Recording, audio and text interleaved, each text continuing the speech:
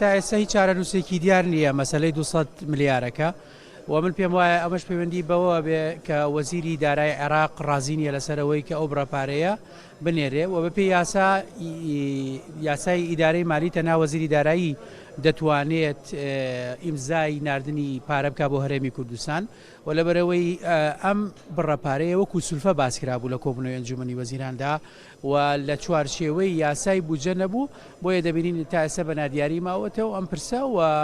من پێم وایە ئەگەر بەم شێوە بێ ومێدی ئەوەی نییە کە بنێرێ هەتا ئەو کاتەی کە حکوومەتی عێراقی لەگەڵ حکوومەتی هەرێما هەموو ئەو لیژنانەی کە دروستیان کردەوە پاکتاوی کێشەکانیان دەکەن و چارەسەری کێشەکانەکەن ئەو بەیاناتانەی کە پەیوەندی بە داهاتی نەو داهاتی خاڵە سنووریەکان و هەروەها ڕێژەی فەرمانبەرانی هەرێمی کوردستان و ئەمە من پێم وایە بەمانایەکی ترەوە گەێنێ حکوومەتی هەرێمی کوردستان ئەگەر پابەندی مادەی 11 لە یاسای بودجە نەبێت ئەوە زەحمەتە پارە بێ بۆ هەرێمی کوردستان.